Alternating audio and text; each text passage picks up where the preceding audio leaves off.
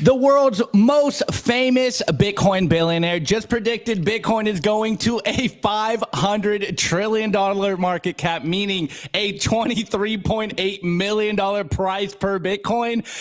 Incredible. If you think you're late to Bitcoin, this newest 250x price prediction should change the way you think about retiring with your Bitcoin.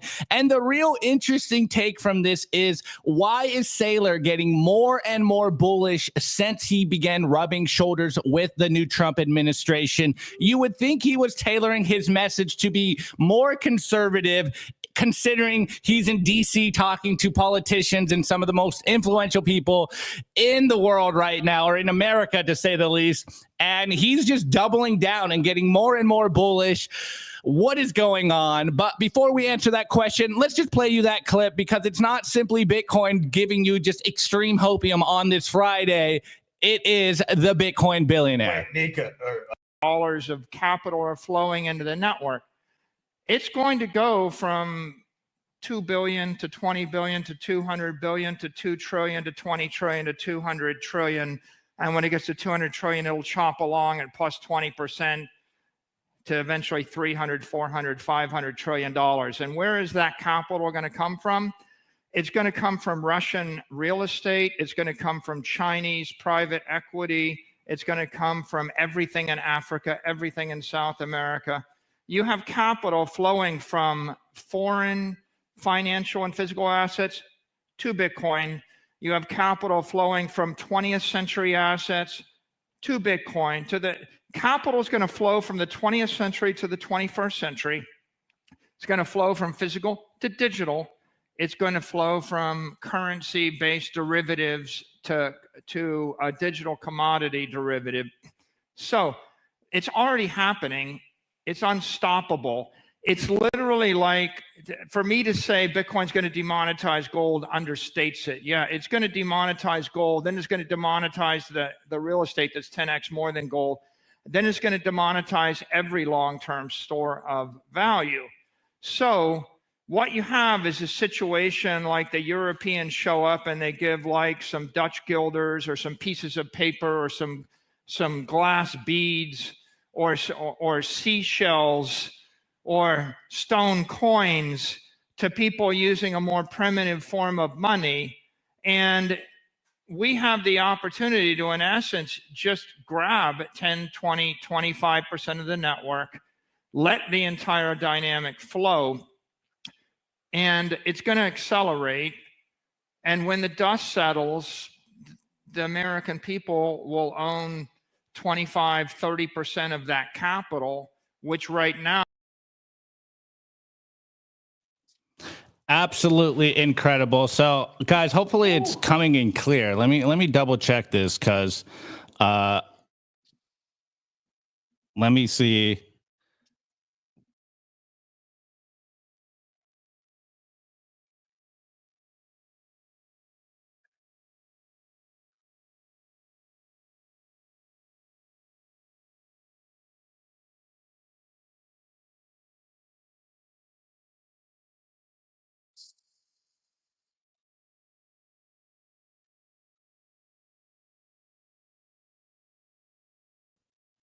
Okay, we're back. Okay, sorry about that, guys. I guess Nico needed to get us on the better internet. Okay, so as we were talking, guys, I know this sounds absolutely nuts. We've been talking about this for a long time, but I think when you really break this down, it's not as crazy as it sounds. Obviously, we don't have a time horizon here. All we have is what we keep talking about constantly on Bitcoin, that Bitcoin is going to take over the world. Slowly but surely, we are seeing that as an asset class, as Bitcoin matures, as we kind of get more people to understand Bitcoin as a digital gold, a commodity, it's going to start to ramp up, and we're seeing all kinds of capital come into Bitcoin. And you know, I find it very interesting that we have kind of moved to a new time with Saylor. You would think he would be more conservative, like I said in the beginning. You would think when he goes to Washington, D.C. to this blockchain summit, he would be giving us like his base prediction here of $13 million. What was it? $3 million a coin. You know, hey, we're only going to take a little bit of the total commodities market, total global wealth. And he's out there just bull posting in front of Washington, D.C. officials. And remember this chart here. We show you guys this chart all the time. And we're rounding up a little bit. Bitcoin is currently at, I think, $1.68 trillion market cap. So we're using the $2 trillion market cap. And you can see the total global wealth going on. Real estate, 330 trillion. Bonds at 300 trillion. Equities at 115 trillion. Gold, roughly now at 20 trillion. Art, et cetera, et cetera, et cetera. And we're starting to see that people are looking at Bitcoin as maybe a real store of value, maybe an alternative asset to start to store your wealth in. Though we do have a lot of uncertainty in the markets right now with Trump tariffs, with what's going on in global markets. We're seeing that people aren't going into treasuries, and all of us Bitcoiners are wondering, well, if they're not going into treasuries, where is that money going? If it's going into Bitcoin, like we're seeing, we now know GameStop's getting into Bitcoin. We have Saylor buying a lot of Bitcoin. There is not that much Bitcoin going around, and I think in about 3 days, we are going to see that Bitcoin is going to get to a point where it is only 1 million Bitcoin left. And we're going to be fighting for the last million Bitcoin in about 3 days. And you can see the chart. If Bitcoin gets a significant portion of this, obviously Saylor would go, we're going to get to $200 trillion. He said that last week. Now he's saying, hey, once we get to 200 trillion, we're not going to stop till $500 trillion market cap. And you're like, how much more bullish can we get? And everyone in the chat is saying, hey, you are way too bullish. What is going on? Opti, you are losing it. And there is no possible way that we can get to that high. And if we do get to that high, will it be in our lifetime? We don't really have a time frame, but we all know the meme. It is going up forever. So on that note, Andy, I'm gonna shoot it over to you real quick, and then I'm gonna try to figure out this internet. So Andy, take it from here. Yeah, thanks. Hey, Andy from CrowdHealth. Glad to be on the show.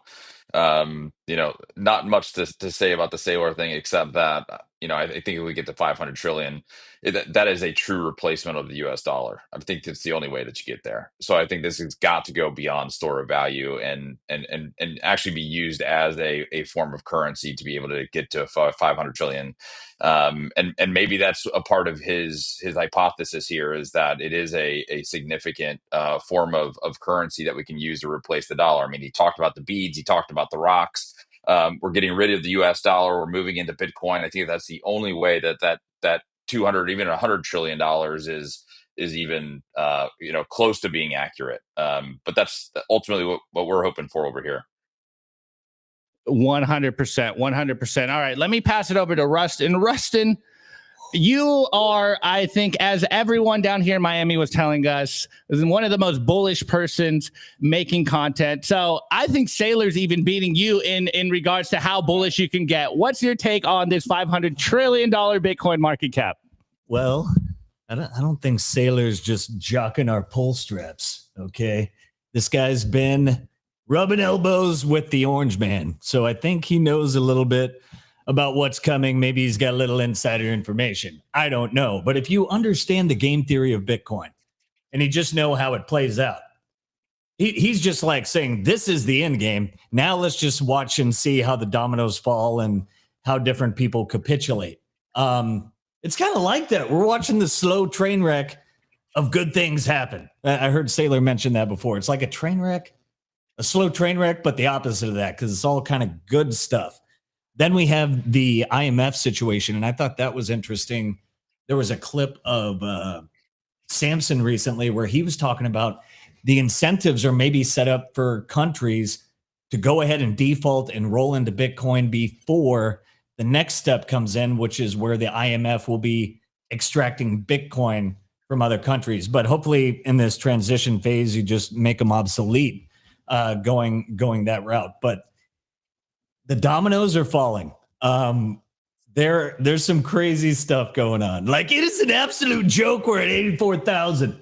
I don't know if humanity deserves Valhalla. We got who's selling? This is garbage. No, it's probably the same thing with these dark pools and GameStop. I don't even know what that means, but apparently they exist. And there's some fuckery going on over there, Opti. But when the levee breaks, it's going to get insane. That's all I know. It's coming as Rustin, since you're on the live show, I think you need to do one before we get to the next transition. That's what I was gonna the infamous Rustin slogan. Do it now, Rustin. Where are we transitioning? Just do it now. I'm going to transition into, guys, before we go on, actually, we'll give it a moment. Before we move on, guys, of course, make sure you buy some Bitcoin. And the best place to buy some Bitcoin is at Bitcoin Well. Go to bitcoinwell.com. They are enabling your independence. You need to have a Bitcoin wallet to buy Bitcoin from them. There is no possibility of them rug pulling you. This is why we have partnered with Bitcoin Well, because it's the best way to stack Bitcoin. It is automatic self-custody by default. You secure your Bitcoin instantly once you buy that Bitcoin, and they just launched the Lightning feature in the United States. So now you can do, small DCA straight to Lightning, use their swap feature to get it into bigger UTXOs. The boys out there are working. Scan the QR code and you can get a couple tosses into the Bitcoin wishing well. But of course, if you are on the sidelines right now and you're looking at these price dips and you're wondering, how can I get as much money into Bitcoin? Make sure you get in touch with the Bitcoin OTC team, the Bitcoin Infinite team, and they will give you a white glove service to make sure that you can get a bunch of Bitcoin. It's starting at $50,000 minimum buys, and you can get more than that, and they will walk you through it very quickly. On that note, guys, use the promo code SimplyBTC, scan the QR code, sign up, and get some tosses into the wishing well. Rustin, take it from here. Let's get into the show. Send it! Dollars of capital.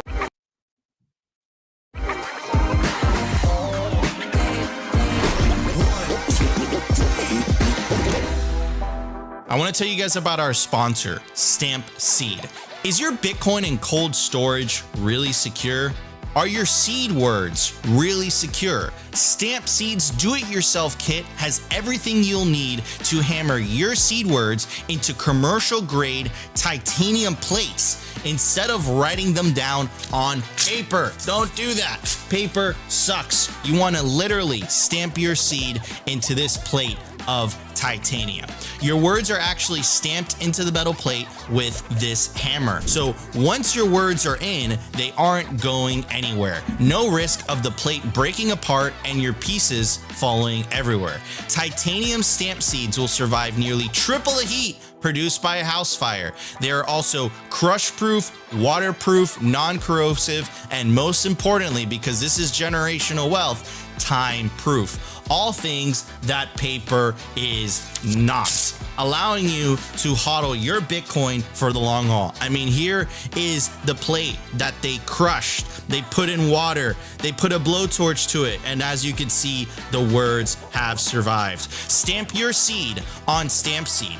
And you can use promo code SIMPLY to get 15% off anything on their store. Head over to stampseed.com today.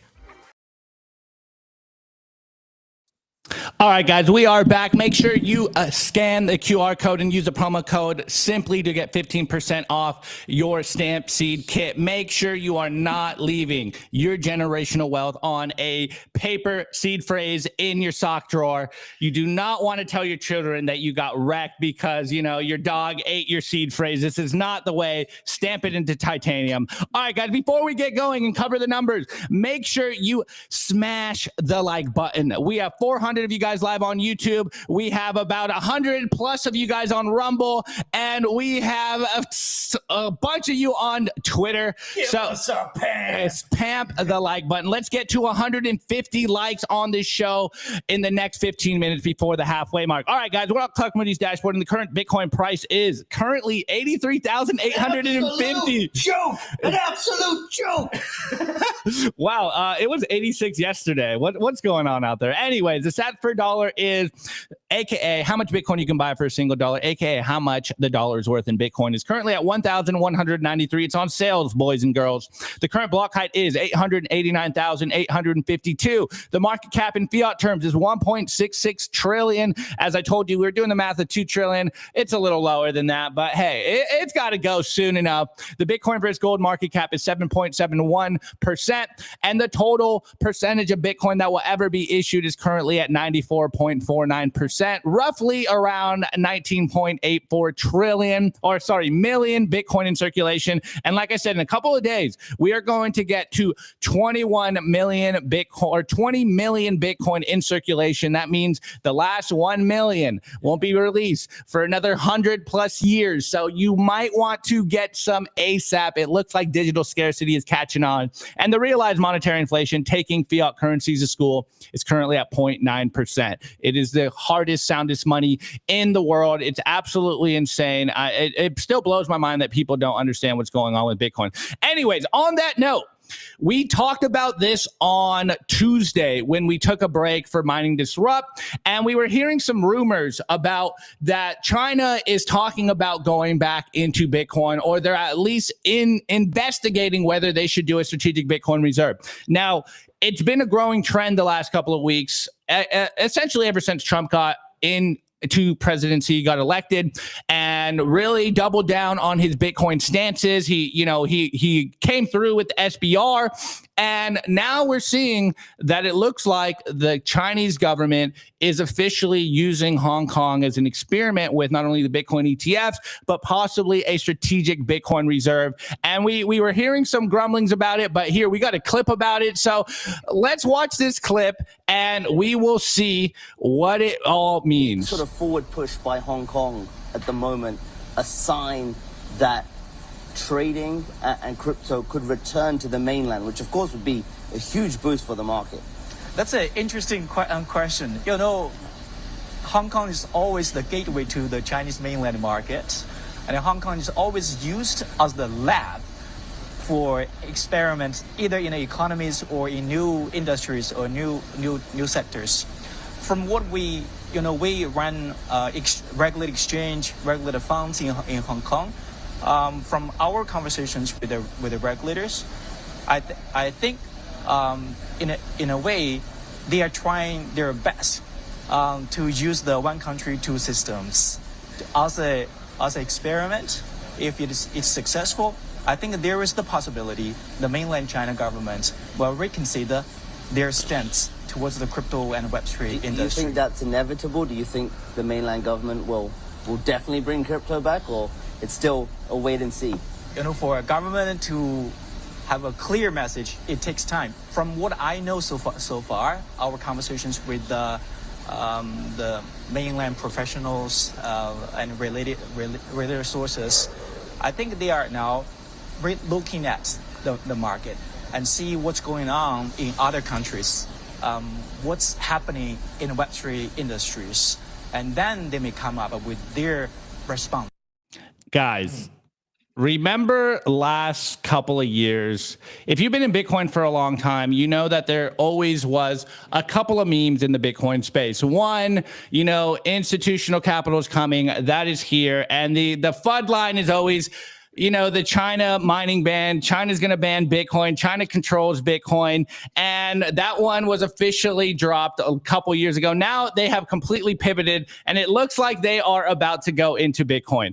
What timeline are we in where now, ever since Trump got elected, ever since Trump doubled down on the SBR, we are seeing that even China is starting to reevaluate their Bitcoin position. Obviously, they're using Hong Kong as a proxy, as you heard, one country, two systems. They're using Hong Kong as an experimentary laboratory there. And they're like, hey, maybe there is some interest for Bitcoin. And now you're starting to see the global game theory play out. And I have more today's theme is the nation state game theory playing out around Bitcoin, because there's a bunch of stories about it. And you can see that they're starting to pivot. They're starting to research. They're starting to realize, hey, if we don't adopt a Bitcoin strategy, we are going to get left behind. It is absolutely insane where we are right now. As much as you may not like the Trump administration, as much as you may not like the man himself, it looks like he has made ripples around the world in regards to how you have to look at Bitcoin. It is going into the mainstream. It is legitimized completely. Obviously, a lot of Bitcoiners will say, hey, we don't need the nation states to adopt Bitcoin. I thought this was the separation of money and state. How are these Bitcoiners applauding nation states stacking Bitcoin? What are the concerns? How good is your money if the government doesn't want to buy it? Like, if they have to buy your money, isn't that like the pawn to E4 GFY? Like, it's over, basically, at that point. I mean, it's seen as a superior store of value. I think part of it is Saylor knows what's coming down the pipe. You know, this administration right out of the gate, it was going to be insane. They're working to ingrain Bitcoin into the financial system in these 48 months. And that's with things like what CJ Constantinos is doing with the reverse mortgages and all these different products that are being ingrained into the TradFi system, but how you plug in Bitcoin and it just supercharges everything. So we're seeing it become looked at as that form of property. And a lot of people just see its monetary value. They've never sent a transaction. They don't know what that's like. Or care about their privacy and things, but they will come around eventually and see the benefits, like the in-kind redemptions that should be coming with the ETFs. That's big. So what happens with Saylor and MicroStrategy after in-kind redemptions from the ETFs? How does that work out? But it doesn't matter what I think. Bernstein said they're predicting MicroStrategy to go to 600 this cycle. So all things are bullish for Bitcoin. And Trump did force the hand. Maybe economic war games involving Bitcoin have been going on a lot longer. If you're China, you have your gold stash. You've been de-dollarizing for a long time. And they're number 2 in Bitcoin behind the United States, or it's like very neck and neck, like 200K a piece, something like that. So, yeah. So when one of your competitors seeks to benefit himself, you can either seek to benefit yourself as well or get left behind. So this is just what's happening. And it's interesting that probably the 3 biggest superpowers, military powers, are really establishing a Bitcoin presence: the US, Russia, and China. And even after the ban, China's total hash rate was still like 3rd among all the nations. And they were, like Opti was saying, using proxies in Kazakhstan, Indonesia, and others. So it was like a flux here, but also there's things you can do with price, with dropping that kind of news and creating these type of things. So it's very interesting. Another thing with the price suppression, gold is rising, and there's talks about them flipping or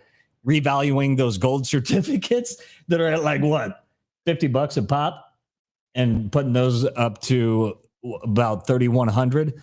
And then flipping that into Bitcoin while you're still holding the gold. So, I mean, they're just going to maximize it at all costs. Scott Bessent is would be an economic hitman, and I think he knows what he's playing with. Love Rustin. All right, Andy, what's your thoughts on this news? I know before we started the show, you're like, hey, I'm not much of a nation state expert, game theory expert around Bitcoin. I just kind of stack Bitcoin. I know it's going up in the future. So, Andy, what's your thoughts when you see this clip?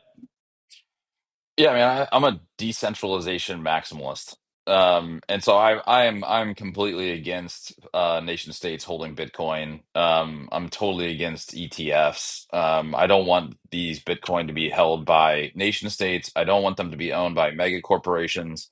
I want them to be held by Bitcoiners. And that's ultimately what I think we need. I mean, I think it really depends upon what is the ultimate outcome of this. You know, for me, the ultimate outcome is not getting Bitcoin to 2 million or 3 million or 300 million. I think ultimately the outcome is to have a new, global currency system based upon Bitcoin. And if that's the case, you got to have liquidity. And if you're not going to have liquidity if you have these big nation states owning a huge portion of Bitcoin. That just creates variation in prices that limit the ability or the efficacy of Bitcoin being a global currency. So, ultimately, I'm interested in Bitcoin for a global currency, a Bitcoin circularity component of this. If the price goes up as a result of that, I think it will. I think that's That's just a product of Bitcoin being used as a nationwide currency. And so I'm 100% against these nations owning Bitcoin, the United States included. I don't want BlackRock owning Bitcoin. And so I'm maybe a little bit different than many people on this, listening to this podcast. But my mission is for the global currency and not necessarily a high time preference approach, which is just higher price. Absolutely fair take there.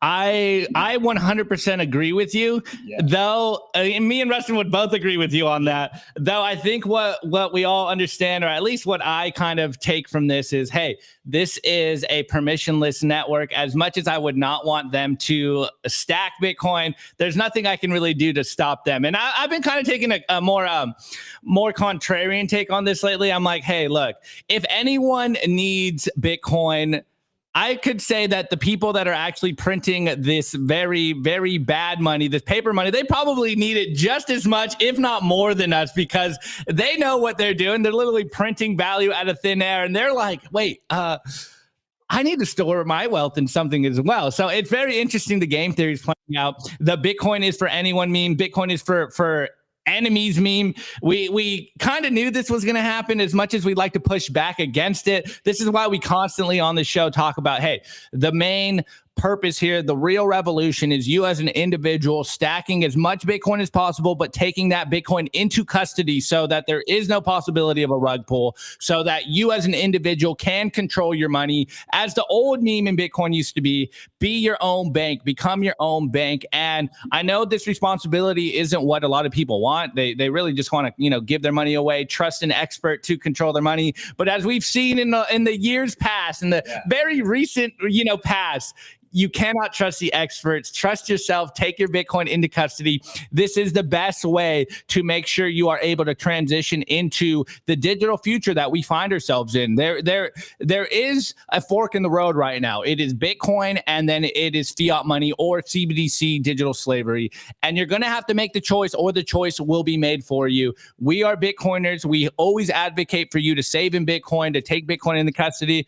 But on the very same coin, we kind of knew that these people would come in. We kind of knew the Larry Finks of the world would want some Bitcoin. We may not like it, but we knew it was going to happen. And I guess this is just where we are in the story. Crazy stuff. Oh, yo, how am I looking? You're looking right. All right, everybody. Well, we are aware of some of the internet issues, and we're trying to fix it live as we go. If you guys are enjoying the show so far, we're at 126 likes. Make sure to smash that like button. Help us break our goal of oh my God, what is going on? Restream. It's not on our end. Anyways, thank you so much for joining us today, Andy. We spent the Thanks last for having me, man. Good seeing you again. and we're dealing with technical difficulties live on the air. But it's a great show. Anyways, I'm going to pass it on to Rustin. Rustin, what are your thoughts while I continue to try to fix the internet issues on the back end?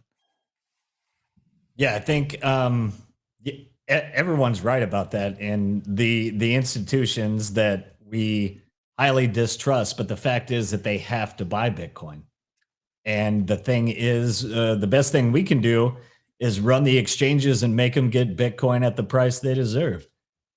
So it's going to happen. It's going to be a store of value and a medium of exchange to those who utilize it. Everyone else will get boxed in. And that's why we make this point and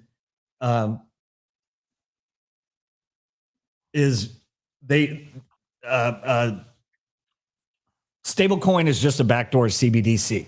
So they want your Bitcoin. They'll take that as collateral and give you your slave coin, stable coin that can be managed, manipulated, dictated by whoever issues it. So this is why you don't do that. You save in Bitcoin is the stable coin. That is the dumbest fucking phrase. You're guaranteed to lose value over time. But I'm going to save in a stable coin, which is fiat. They're missing Pegged to $1. Yeah, the whole premise is completely wrong. They just bogart that because that is the backdoor CBDC tool. And you want no part of it. I don't. And any people, that should be, I get that. I stack my sats and then we move on. But right now, the opportunity cost with everything going on, with all this momentum, with this massive demand, things are going to get hairy. And I think that's what they're trying to is also, we want people to get in before something like that happens and people get priced out. And yeah, you're not able to utilize and save in Bitcoin and reap the benefits of the savings tool that it is.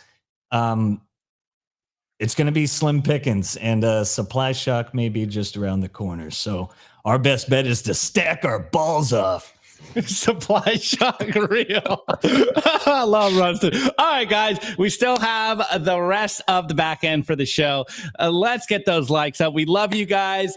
Push us in the algo. I know the internet's acting weird today, but we're going to cover some more nation state game theory playing out. It's getting crazy out there. Anyways, on that note, let's get to the news. I want to give a shout out to our partner, HIVE Digital Technologies. As the first ever public miner, HIVE's position to quadruple their global footprint in 2025. And as the first with an AI strategy, HIVE continues to make moves in sustainable, high performance computing. They consistently top the industry in Bitcoin mined per exahash. And now they're headquartered in the USA. They're lean and mean, they're green and clean, and they're changing the game. You can catch the latest buzz by following them at HIVE Digital Tech or check out their website at hivedigitaltech.com.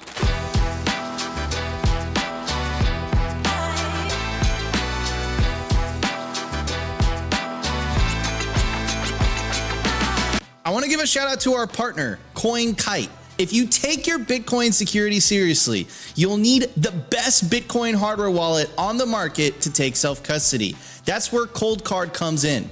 The Cold Card Q is the most advanced Bitcoin signing device ever made. It's got a full keyboard, larger screen, and NFC support, making air-gap signing easier than ever. It's built for power users who want the ultimate security without sacrificing usability. And if you're looking for a battle-tested, uncompromising cold storage, the Cold Card MK4 is your go-to with PSBT signing, an industrial-grade secure element, and USB-C. It's the perfect blend of security and convenience. Both devices are, of course, 100% Bitcoin only, open source, and built by Bitcoiners for Bitcoiners. Secure your Bitcoin the right way with the Cold Card Q and the MK4. Head over to coldcard.com today and use promo code SIMPLY to get 5% off anything on the store. All right, guys, you know what? I switched it up, so we're going to roll with it. We do this live. So, Andy, we're going straight into the culture. If you guys don't know, Andy Schoonover, he is the CEO of CrowdHealth. And, actually, I'm going to wait for Rustin to ask you the spicy question he asked before the show. So, what is CrowdHealth for the people that don't know? What is your mission? What should people, what's a TLDR elevator pitch here? What are you working on? And how is this going to help and benefit the world? Yeah, I mean, we're trying to create an alternative to health insurance and have created an alternative to health insurance. Health insurance is a fiat centralized absolute mess. Nobody likes it. Everybody thinks it sucks. And so we're trying to do something different. In essence, what we've done is we've got a community of people, many of which are Bitcoiners. We've got 10,000 folks now in our community. And so if you have a big healthcare event, then those healthcare events are funded between individuals as opposed to a centralized entity doing those funding. It really hit me. I was having lunch with Jimmy Song, as I know all of us here know, and he's like, "Look, man, the problem with health insurance is they have this big pool of fiat on the back end that is decreasing in value every single year. Instead of having that pool in fiat, why don't you have that pool in Bitcoin?" And so ultimately, what we're trying to do is transition away from fiat funding mechanisms into Bitcoin funding mechanisms to allow people to fund each other's healthcare expenses. And if you can, ultimately, the goal here is being able to pay your doctor or your hospital at the point of care. And so they will give you significantly better prices if you pay them, as opposed to them having to go through all the bureaucracy and all the rent seekers of billing health insurance. So if you can pay them at the point of care, it's cash now, it's dollars now, it's going to be Bitcoin, hopefully, ultimately. you're going to be able to get way better pricing for healthcare than you would by getting billing through your health insurance plan. So that's what we've done. We've got a couple thousand Bitcoiners now who are on the platform. You're funding people who are taking care of themselves. You're not funding people who are snacking on brownies on the couch. Our people are healthy. They're taking care of their healthcare, and as a result, it's about half the price that you would pay for health insurance. So that's ultimately what we're trying to do. I mean, as I said during our nation state conversation, what we'd really like to see Bitcoin be is a medium exchange. And I think the only way to do that is to look at your budget and say, what am I paying in fiat that I can now pay in Bitcoin? Our mortgages is the top one. Our healthcare is the second one. So what if we could take healthcare, and instead of paying for our healthcare in fiat, we're paying for healthcare in Bitcoin? We're not asking you to take from your stack. What we're asking you to do is we want you to sell dollars, buy Bitcoin, so you ultimately can pay for your healthcare expenses, which is about the second or third, depending upon your budget, biggest line item in that budget. So we think that using Bitcoin for healthcare, which is a $5 trillion industry, and if our healthcare system were a country, it would be the fourth largest GDP behind the United States, China, and Japan. So if we can use Bitcoin, create Bitcoin circularity within healthcare, that's what we get really, really excited about. Absolutely incredible. So, Andy, how does this work exactly? Like, what are the technologies? You kind of just ran through it, but like for someone out there looking for healthcare, how does this work exactly? Yeah, so in kind of the legacy system, the fiat system, the way we call it is, if you have a big health event, you are going to go to your doctor, you're going to flop down an insurance card. You're not going to really have to worry about it. The insurance company pays for it. Then you get this explanation of benefits in the mail, and you have no idea what it means. You get billed 6 months or a year later for things that happened, 6 months or a year prior. It's a total fiasco. And the reason for that is because it's a business to business transaction. This is a transaction between a hospital system and the insurance company. And so, as I've said in the past, if you're not paying for a product, you are the product. So ultimately, our healthcare is the product in the healthcare system. Unfortunately, we're trying to totally change that. So if Andy breaks his arm, I'm responsible for the first $500 of it.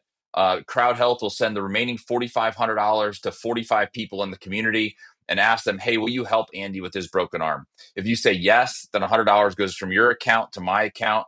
At the end of the day, I'm going to have that $5,000. I can go and pay for my broken arm, and I'm getting prices because I'm paying directly at the point of care. I'm getting prices that are about 50% better than what health insurance plans pay. So we have got a community of 10,000 people. We each ask each person in the community just once per month to help somebody else out in the community.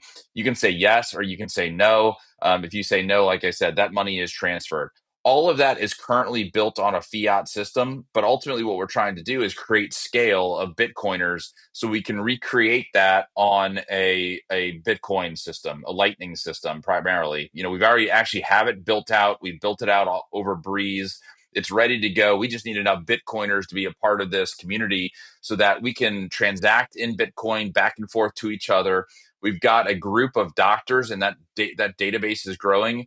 They're doctors who want to accept Bitcoin. And so that will create Bitcoin circularity within the system. And I think that's a system that will grow and thrive. Absolutely incredible. So, I guess the quick question is, can this scale to be as big as healthcare is today? Like, do you think you'll have the network effects amongst Bitcoiners to overtake the traditional healthcare centralized system that we find ourselves in? Look, I mean, I think now we've got, whatever X number of Bitcoiners, we can argue what that number is. And I think that is growing over time. And I think as we create a Bitcoin as a medium of exchange, as the companies out there like, Target and Walmart and all these other places that we do business will start accepting Bitcoin, I think that the number of Bitcoiners in the United States will grow and grow and grow. And as that grows, I think our community of people in which we can target, our target market, our TAM, will grow too. So, ultimately what we want to do is get a group of Bitcoiners together who are interested in funding each other. That will grow. And I believe that as Bitcoin grows to be the the way we buy things in the United States. I think that's going to take over healthcare, and I think that's where CrowdHealth gets its massive growth from. So, we're starting to create a community of Bitcoiners. If you go to the Bitcoin conferences and you ask who should I use for healthcare, most Bitcoiners have heard of us. We've been on your show, we've been on Safe's show, we've been on Marty's show, we've been on Robert's show, all these people's shows that talk about what we're doing. I mean, I think we're starting to get some traction here. So I'm hoping that we get, the 10 or 15,000 people that we need to actually build Bitcoin circularity within healthcare. We're starting out, our system is a bit interesting. We don't have a big pool of fiat capital in the back end. We allow you to keep all the money in your account. So this is a totally decentralized model. So every month we'll ask you for $55. That 55 will come to us. That's how we pay the bills. We'll ask you for an additional, if you're a single person, $140 up to $140 to help somebody else out in the community. And that's money that's going peer to peer to somebody else in the community. The cool component of this, though, is if the community doesn't need all that money, then we let you keep that money. So, for example, in March, we only asked for 75 of the $140. That means there's $65 that you can keep. Well, if you're a Bitcoiner with CrowdHealth, what we do is we set you up a fold account so that that $65, instead of being held in fiat in your account, goes to your fold app, is transitioned or converted to Bitcoin immediately. And so in essence, what you're doing by the community doing really well is you almost have your little Bitcoin-based, healthcare savings account over here that's based in Bitcoin. And so there's not the tax benefits of that. I'm hopefully, Senator Lummis will help us with some of that. But we're trying to integrate Bitcoin into what we do as much as we can. So if you join CrowdHealth, you get a Fold Plus account with us. For free. We pay for that. We pay for your Fold Plus account. And then any excess funds that the community doesn't use, it goes into that account. You get to stack it in your Fold Plus account over there. Awesome. We actually got a good question here from Psycho, and he goes, can Bitcoiners on CrowdHealth say yes on every health event and give smaller amounts, kind of guaranteeing helping out others? You can automate your yes responses. Absolutely. So you don't actually have to go in and say yes or no. We can automate that so you don't have to even worry about it every month. And so we allow you to do that in your settings.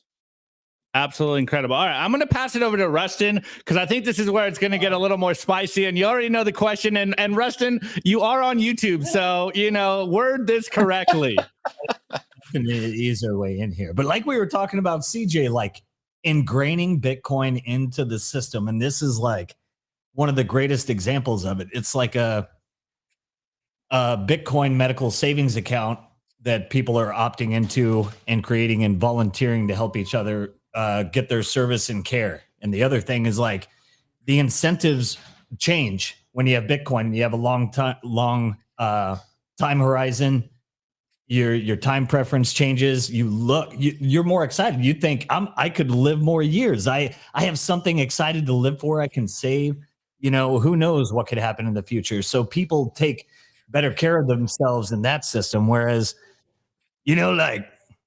seems like maybe the past few years, few things might have happened that led to people losing all faith in their providers. How has that aided the growth of CrowdHealth? Well, we were talking about it, like before the show started, and you guys were like, "Hey, it sounds like CrowdHealth has done really, really well over the last couple of years," and it has. We grew 100% plus last year. We're going to grow 100 and probably 50% this year. Look, I joke that insurance companies are our best marketers. We saw what happened, at the end of last year with Luigi and the United Healthcare. People are pissed off with health insurance. I mean, they're pissed off that their claims are getting denied. They're pissed off that they're bringing their kids in, for a procedure, and their health insurance plan saying, no, you can't go and get that procedure. I mean, that is the product of a centralized approval system. And so, with us, I'm a decentralization maximalist. Like, I want the decisions to be made by the patient and the doctor. And we're going to trust the patient and the doctor that, patients don't want to go and get a knee surgery unless they don't need a knee surgery. Yes, the doctors will make more money with the knee surgery. But if you have both sides of that equation, I mean, I think that people are going to make really good decisions for their own healthcare. I mean, the beautiful thing about our system is given we have so many Bitcoiners and just libertarian, contrarian thinkers altogether, they tend to be lower time preference. And so what we're seeing is people who are healthier. You know, every decision that you make, you have a time preference around. Do I have the brownie today? Yes or no? The high time preference is yes, because I feel good now, but I feel like shit later. The low time preference is no, I'm not going to have that now because it's going to make me feel like shit later. And so we've got a lot of low time preference people, and which means that, you know, look, our two biggest expenses, one is pregnancies and two are active injuries, meaning having babies and people being active, out doing things, you know, in nature. We have a lot of face plants on our mountain bikes. We have a lot of torn ACLs because people are, you know, running around and doing things. Like, that's what I want to put my money towards, not somebody who spends all day eating brownies and has type 2 diabetes. And so we have a group of people in which, you know, I'm here at the Austin Bitcoin Commons. I guess it's called Bitcoin Park now, Austin. And I can tell you, looking around this facility, like, it's not people who are out of shape. Like, it's people who take care of themselves. And I think that the more and more Bitcoiners we can get to be a part of this, then the lower the price is going to go, because you want to be in a community of people funding each other who take care of themselves. So you don't need health insurance plans. You can get rid of health insurance plans. Crazy story I just heard this morning. A health insurance plan this was in the Texas legislature in a committee. A health insurance plan had hired a private investigator to go investigate one of their patients who was putting up a fuss because the health insurance plan declined a procedure for their kid. I mean, that's the bullshit that's happening right now. I mean, if you don't think that the deep state is alive and well, they're still pulling off some of this stuff. Can you imagine a private investigator coming and checking you out just because you're making a fuss about a health insurance plan denying your bill? And we sold the ultimate product of that with Luigi. And I'm not, you know, condoning that. It is the product of health insurance companies pissing off too many people over too long a period of time. And I think we're at a point now where people are trying to look for something alternative. Yeah, 100%. I think I mean, maybe it's not just in Bitcoin, but as we're seeing kind of globally, I think people are subconsciously starting to realize that not only centralized information or centralized money, but centralized health is actually doing a detriment to yourself and our society. And, you know, there's been a very real uptick, at least in the Bitcoin space, of not only decentralized money, decentralized information sources, but decentralized health. And peer-to-peer decentralized health is definitely one of the new trends in Bitcoin. I know Bitcoiners have always kind of been on the forefront of whether it's eating trends like carnivore diet or, you know, the CrossFit, working out, lifting weights, being healthy. I was literally joking this week. I was having a conversation with Dante, and I was joking. I'm like, my healthcare is just don't get sick. Like, that's my healthcare right now, and it's making sure I'm eating good, I'm working out. So it is incredible to see new products come out, and I think this is going to be a big thing that plays out in the next couple of years. Is not only, you know, health insurance, but we're seeing like mortgage-backed insurance. Like, I think Bitcoin and insurance is going to be one of the big areas that is going to blindside a lot of Bitcoiners. But Rustin does want to chime in one more time. So Rustin, take it. Oh, I was just going to say, like, it does seem like there's almost a shift amongst the culture in a large way. It's growing as far as people being more health conscious, figuring out these things that have been going on a long time between the FDA, pharmaceutical companies, etc. They get you on the lifelong subscription model, and people are starting to opt out of that, but they needed a system that's there, and you guys are providing that, and that's just absolutely incredible. But have you yourself seen a sense of like people adopting practices that we're seeing as, you know, maybe you're just a geek or a nerd, but like, hey, maybe a little red light, maybe getting some sunlight and touching grass ain't so bad. Maybe I should stop eating processed foods. Like, drunk, fat, and stupid ain't no way to go through life. I think Crowd Health is like helping us fix that. I think it's within the Bitcoin community generally. I mean, I don't know what it is about Bitcoin, but once you get into Bitcoin, your life changes, doesn't it? I mean, you see so many people who are bailing on, you know, garbage food. You see so many people start working out. Like, there is something that is stirred up within them that is like, look, all this stuff that they've told us over the last 3 or 4 decades is a bunch of hogwash, and we need to start rethinking the way that we're taking care of ourselves. And so I don't know what it is with Bitcoin. I haven't heard a great hypothesis or thesis on this, but there is a change of lifestyle when people join Bitcoin. I got into Bitcoin, I lost 30 pounds. I don't do seed oils. I'm mostly carnivore. I stopped drinking. And so I don't know what that is, just about taking care of yourself and having this low time preference approach towards life. And, thank God for Safety, who went through this in multiple books. The Fiat Standard behind me, Fiat Food, but Matthew Lyshak was an amazing one as well. So all the Bitcoiners are reading that. I'm actually co-authoring a book with Matthew. It's going to come out this fall called Fiat Health, talking about our healthcare system and how it's been taken over by the government and how we need to decentralize it all. And so hope people will, when that comes out, will take that too. But there's something about Bitcoin when you get engaged and you buy your first stack of sats that is a life-changing thing. And I have seen it, and it's not just anecdotal anymore. I mean, I have seen it in significant numbers, and it's a pretty special thing to see. And so would you prefer to fund other people's healthcare who are like that, who take a low time preference approach to life? Or would you prefer to fund people who are taking a high time preference, approach to life? For me, I'll take the former, not the latter. And I think the vast majority of our members feel the same way. I should not have to pay for chronic conditions, 80% of which are lifestyle issues, and people want to just resolve with pharmaceuticals as opposed to going with finding the core issue and resolving that through food and exercise and other things that I think would be more valuable than brownies.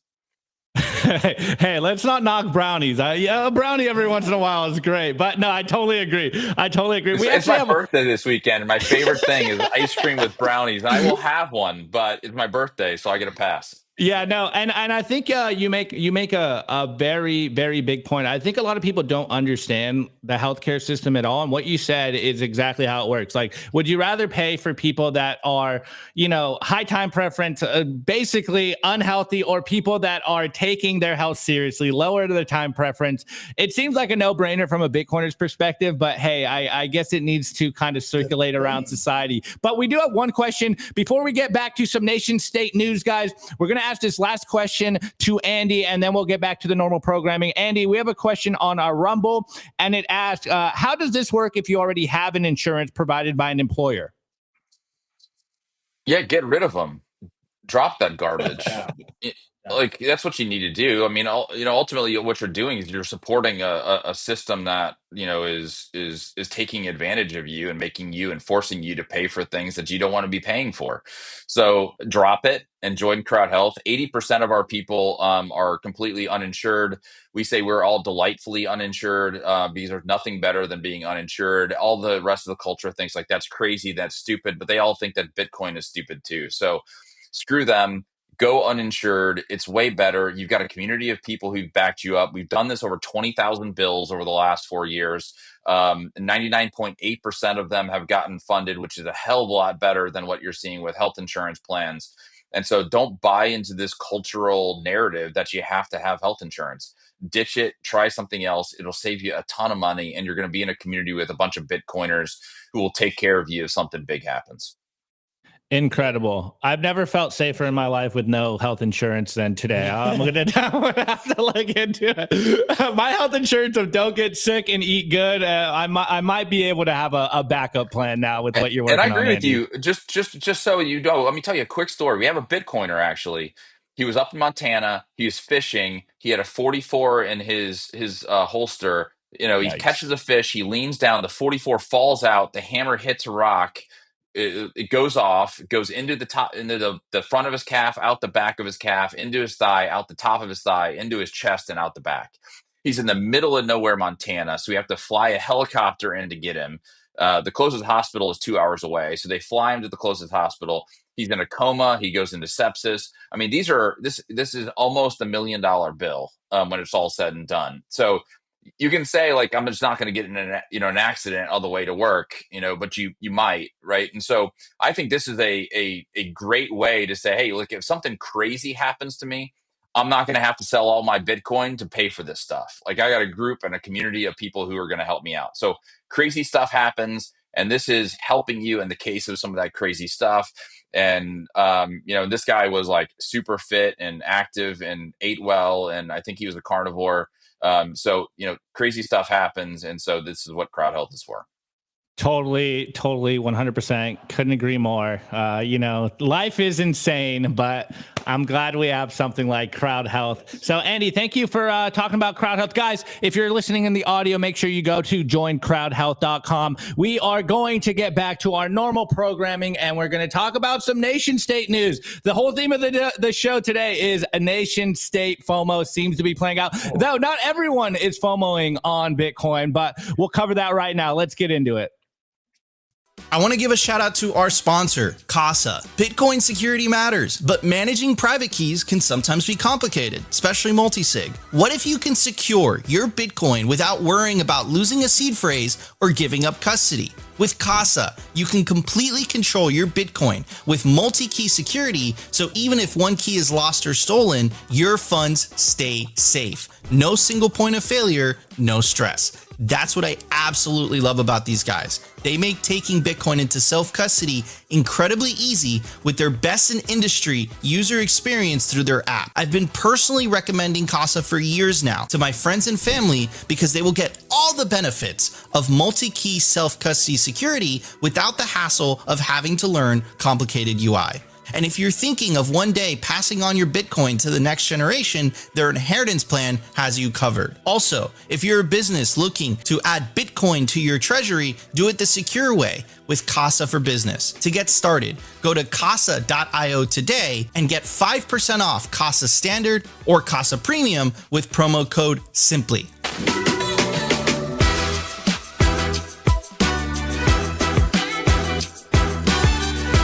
Need liquidity without having to sell your Bitcoin? For more than 6 years now, Ledn has been the trusted choice for Bitcoin-backed lending with transparency, security, and trust at their core. I absolutely love these guys, and I personally have not only an account with them, but also a loan. And some of the key features that I love about Ledn is the fact that there are no monthly payments. You pay at the end of the term. You also have the ability to roll over the loan as well, and you can pay it back whenever you want. Essentially what they do is that they help their clients unlock the liquidity of their BTC, allowing you to hodl while still accessing the wealth of your Bitcoin. They've been battle tested with their focus on transparency, security, and trust, allowing them to build a proven track record of client success and security, helping tens of thousands of clients harness the value of their digital assets with confidence and peace of mind. Learn more about what your BTC can do for you. Check out ledn.io today. All right, guys. So we covered this when this came out. This is a couple weeks old, this story here, but I'm using this to kind of set the stage for you guys. So I'm over on CoinDesk, and we've all known there's been a lot of talk about a strategic Bitcoin reserve. We're seeing countries either embrace the idea and some countries fight the idea. We've seen, them reference a range of ideas of why they shouldn't do it. This one was from South Korea. They essentially said that they cut out the Bitcoin strategic reserve considerations, and essentially they referenced the IMF because the IMF didn't like it. We shouldn't be doing this. And then, a week or two later, the IMF seemed to drop a huge report on Bitcoin and said, yeah, maybe, this Bitcoin thing is catching on, and maybe you should maybe there is this thing of Bitcoin as a means of payment. And then when we left for the mining disrupt on that day, we had the ex-finance minister from South Korea urges that South Korea should adopt Bitcoin, and essentially saying that we cannot stop the digitization of finance, and Korea is far behind.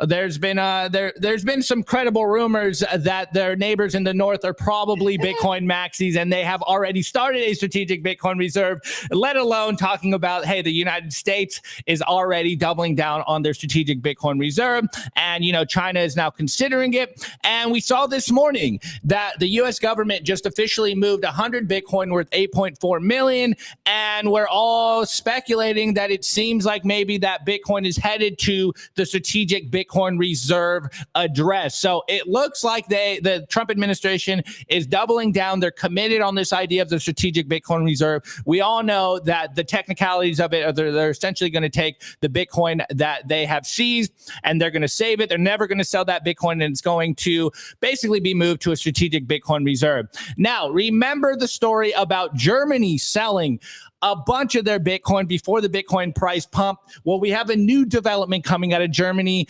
and they are going the opposite route. We've been telling you guys for the last couple of weeks that the EU and, you know, people coming from the EU like Christine Lagarde, they seem to be... Yeah, not only are they going bankrupt, they seem to be going the opposite way, and they're fighting Bitcoin as much as possible. They seem to be hampering their citizens every turn they can. And here we have this news coming from Benzinga about Germany. And the title is Germany sold its Bitcoin in 2024, and now it may consider hiking crypto taxes. So if you don't know, in Germany, if you hodl your Bitcoin for over a year, then you don't have any capital gains tax. So not only do they dump all their Bitcoin, or a province in Germany dumps, or I think it was a state, I forget the exact way you would classify it, dump their Bitcoin right before the Bitcoin price dumps. I think they lost out on like a 3x return. It was a massive return. Now they are continuing to double down on very bad Bitcoin ideas. And man, you can't make this stuff up. If you don't embrace Bitcoin in its totality, then you're incentivized to essentially do whatever you can to try to stop it. And in doing so, you are going to hurt yourself and its citizenry. So let's just look into this a little bit. Germany is considering a significant change to how it taxes cryptocurrencies like Bitcoin and Ethereum, potentially ending the long-standing rule that exempts digital assets from capital gains tax after a 1-year holding period. The proposal, part of the final draft from the Budget Taxes Finance Working Group in the ongoing coalition negotiations, suggests taxing cryptocurrency profits as private capital income at a flat rate of 30%, similar to traditional stock investment. The change would mark a fundamental shift in Germany's approach to digital assets taxation, bringing it in line with equity markets. Currently, again, Germany investors who hold cryptocurrency for more than 1 year are not subject to tax on any gains, a policy that has made the country a relatively favorable jurisdiction for long-term crypto holders. And then, of course, just wrapping up, according to the documents obtained by BTC Echo, the Social Democratic Party, it might be in the name, guys, is behind the push to harmonize the tax treatment of crypto and traditional assets. However, the SPD's electoral platform did not explicitly mention changes to crypto taxation, and the party has yet to respond to media inquiries regarding the proposal. Obviously, as a Bitcoiner, as a free market advocate, free market maxi, a Bitcoiner that is on in America right now, seeing that, hey, it looks like our government is embracing Bitcoin. We're super happy about this. Obviously, we're not so happy about the fact that nation states are going to be stacking a lot of Bitcoin and potentially, using this as an opportunity to seize your Bitcoin. But if they can give us some good regulations, they kind of just get out of our way, then at least in America, it's going to be a very, very good time to be an American Bitcoiner for the next 4 years. But the real interesting part about this is the response that we've seen from the European Union. We all know Christine Lagarde is not a fan of Bitcoin. Now we're seeing that Germany seems to be doing whatever they can to stop Bitcoin entrepreneurs staying in their country. We've seen what they've been trying to do in France.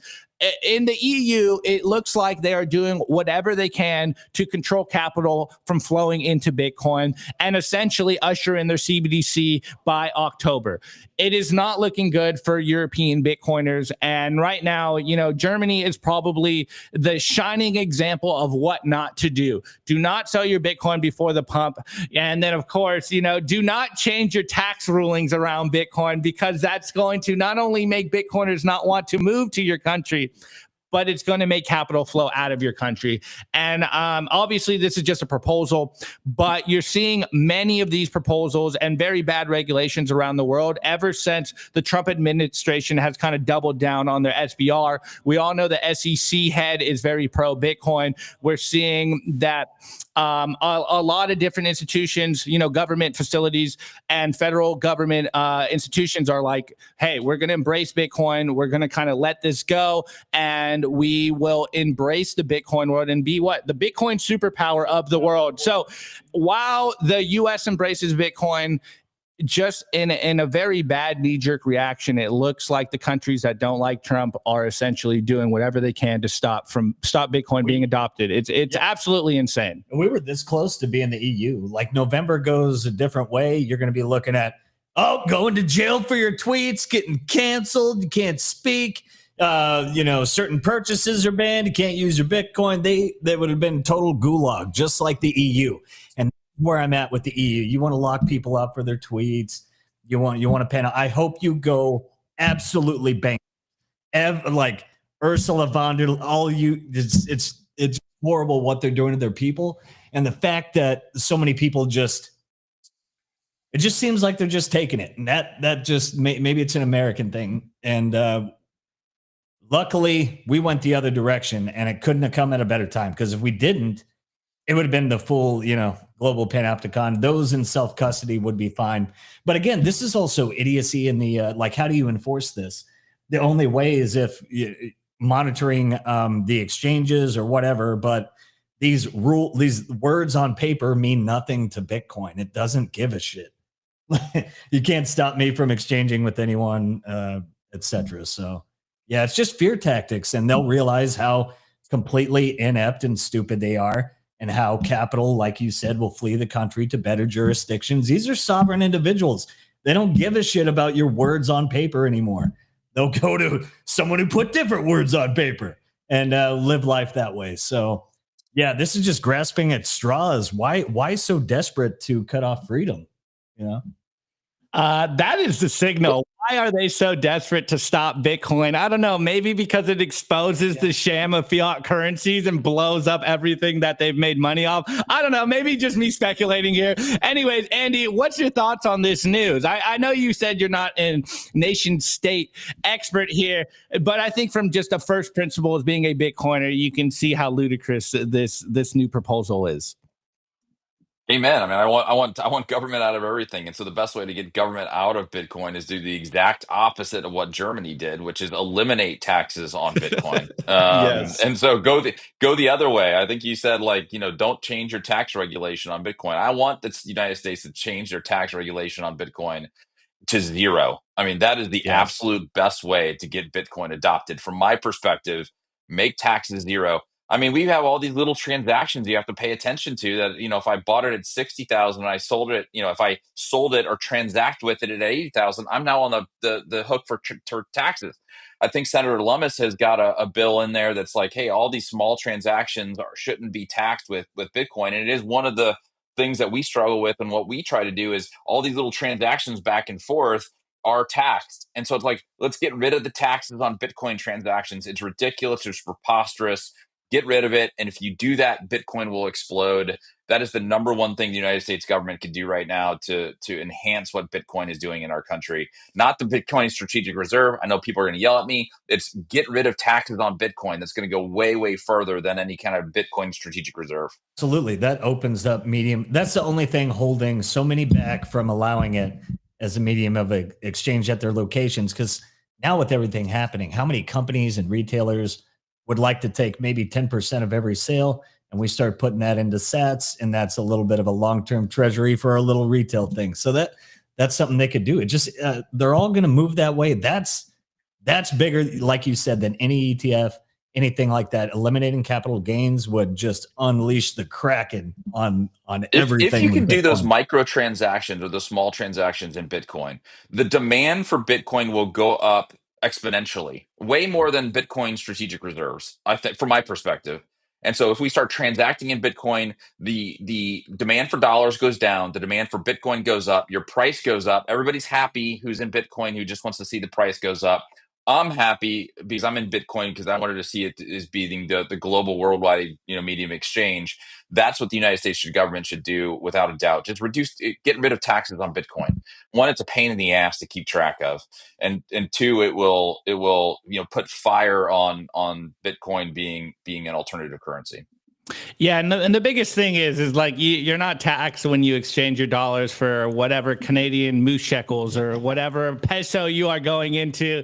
But when it comes to Bitcoin, you can tell that they're doing whatever they can to classify Bitcoin in such a way so that people don't actually use it. Because if they reduce the friction to use Bitcoin, then obviously most people, I think, in their right mind, when they have the information, would just very easily flow into Bitcoin, and then the game is over. The jig is up, and this is what they're doing at whatever turn they can to try to stop people from flowing into Bitcoin, because it's simply better money. Like even the user experience. I know some friends on Twitter have been saying that what's the meme?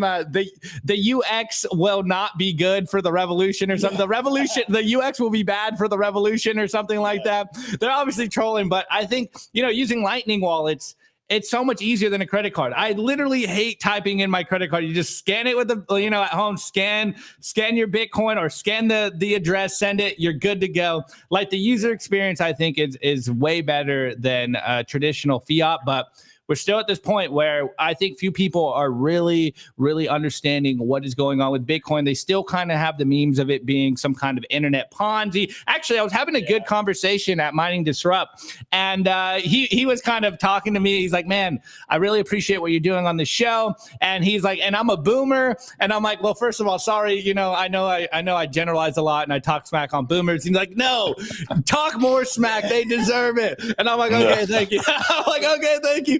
But anyways, he was telling me kind of a story. He's like, man, I went through the .com bubble, and I remember when it was weird and strange to put your credit card information into the computer to shop, and we all thought it was weird at the time, and then now it's just like it's normal. We all do it. We don't think twice about it. And he's like, this is where we are with Bitcoin, that it still feels weird, it's still fresh, people have to wrap their heads around it, but we are still early in this whole adoption process. And then who knows what time it is, 5 years, 3 years, 2 years, 10 years from now, it's going to be ubiquitous with just everyday culture, and people are going to be like, we're going to be sitting here. Remember when people were scared to use Bitcoin on the internet to, make payments? Remember when we lived through that and we all thought it was going, downhill, and it was going to end? Remember when we thought America was going to ban Bitcoin, and now we're the Bitcoin superpower? What good times. We were OGs back then.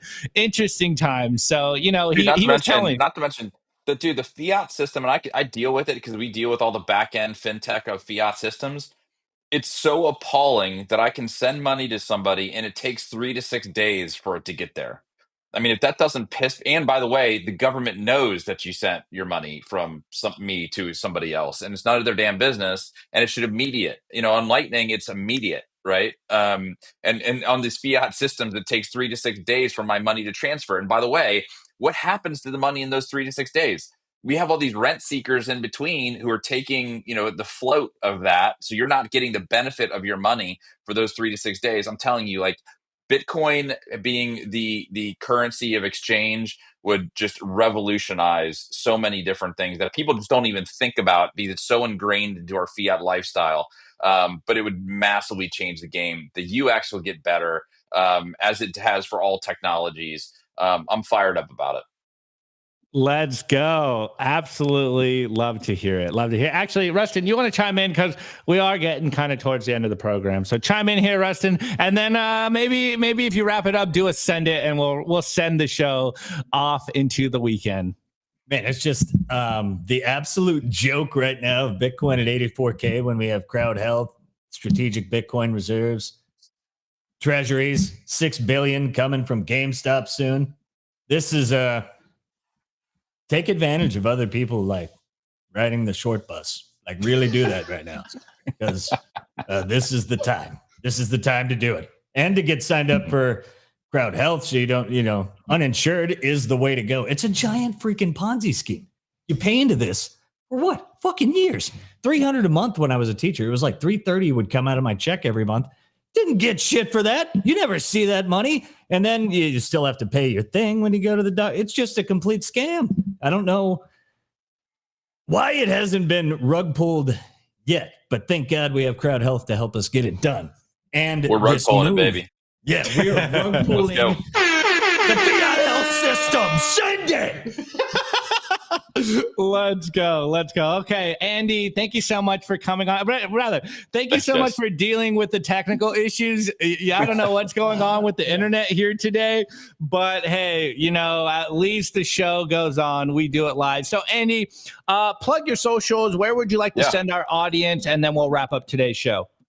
Yeah, joincrowdhealth.com and then JoinCrowdHealth on all of our socials. We also have like CrowdHealth BTC on Twitter, so we do all of our Bitcoin stuff over there. If you guys want to sign up, use the promo code Bitcoin.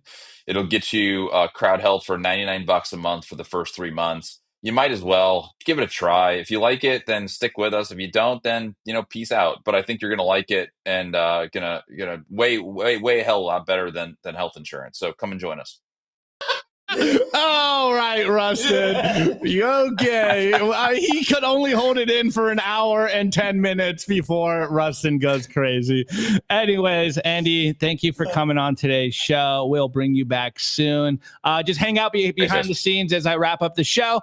And we'll just give me 1 minute. One minute. All right, guys, boys and girls, mainly boys, but some girls. As you can tell, I'm here with my buddy Rustin. We are in Miami. Well, rather, Fort Lauderdale for Mining Disrupt.